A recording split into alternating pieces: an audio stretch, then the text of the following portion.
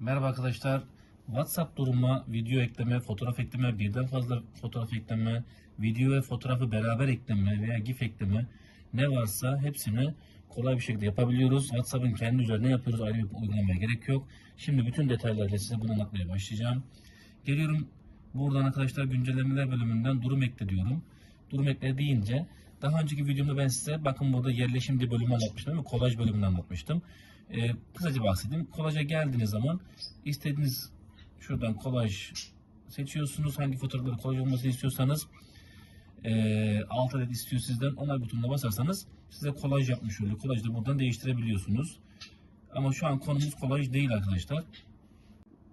İlk olarak fotoğraf üstüne fotoğraf eklemeyi anlatayım arkadaşlar. Şimdi diyelim bir duruma bir fotoğraf ekleme yaptınız. Bakın bu fotoğraf ana ekranda kalıyor. Bunu hiç değiştiremiyorsunuz. Buradayken şu sekmeye geldiğiniz zaman şöyle kitaba benziyor, kare var bir şey. Bakın burada fotoğraf sekmesi var. Fotoğraf diyorsunuz, yeni bir fotoğraf ekliyorsunuz. Diyelim ki şunu ekledim. Geldiniz bakın burada istediğiniz yere konumlandırabiliyorsunuz. Bir fotoğraf daha ekleyebilirsiniz. Diyelim ki geldiniz yine fotoğraf diyorsunuz. Neyi ekleyelim? İşte atıyorum şu fotoğrafı ekledim. Bakın burada bir fotoğraf daha ekleyebiliyorum. Bu yöntemle ilk seçtiğiniz fotoğraf tabanda kalıyor. Onu değiştiremiyorsunuz ama diğerlerini değiştirebiliyorsunuz.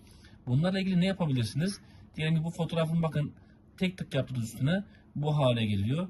Buradaki şekilleri kullanabiliyorsunuz. O hale alıyor. Mesela bunu kullandınız. Bitti butonuna bastım. Fotoğrafı bu hale getiriyor gördüğünüz gibi. Şimdi burada aynı zamanda şu özellik var. Mesela alt üst ilişkisi var değil mi? Mesela bu fotoğrafı ilk çektik. Bunu sonra getirdiğimiz bu üstte kaldı, bu altta kaldı. Yerlerini değiştirmek istiyorsanız yani bu fotoğrafı ben bunun altına alayım derseniz bu arada bu şekilde yaparsanız büyütüp küçültebiliyorsunuz.